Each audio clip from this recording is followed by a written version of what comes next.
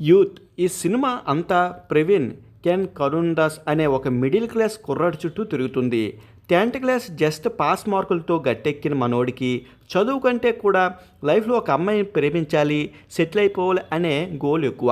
అలా 11th 12th క్లాస్లో మనోడు లైఫ్లోకి ముగ్గురు అమ్మాయిలు వస్తారు.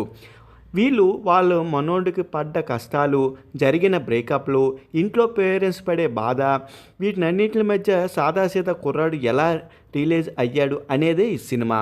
అయితే ఈ సినిమాలో ప్లస్ పాయింట్లు, స్కూల్ లైఫ్లో వచ్చే క్రష్లు, ఫ్రెండ్స్తో చేసే అల్లరి మనకి బాగా కనెక్ట్ అవుతాయి.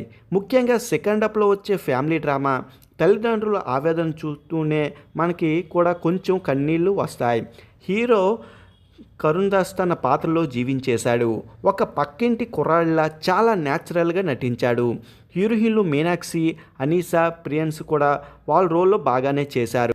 పేరెంట్స్ రోల్లో హీరో తండ్రిగా సూరజు, విజయరాముడు తల్లిగా దేవార్జిని ఈ సినిమాకు మెయిన్ పిల్లర్స్. వాళ్ళ ఎమోషన్స్ వల్ల ఈ సినిమాకు ఒక వెయిట్ వచ్చింది. జీవి ప్రకాష్ కుమార్ మ్యూజిక్ సినిమాకు పెద్ద ప్లస్ అయింది.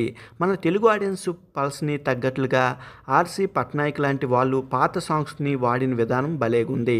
ఇక మైనస్ పాయింట్లకు వస్తే ఫస్ట్ హాఫ్లో కొన్ని సీన్స్ కొంచెం సాగదీసినట్లుగా అనిపిస్తాయి. ప్రతి 10 నిమిషాలకు ఒక సాంగ్ రావడం వల్ల కొంచెం బోర్ కొట్టే ఛాన్స్ ఉంది.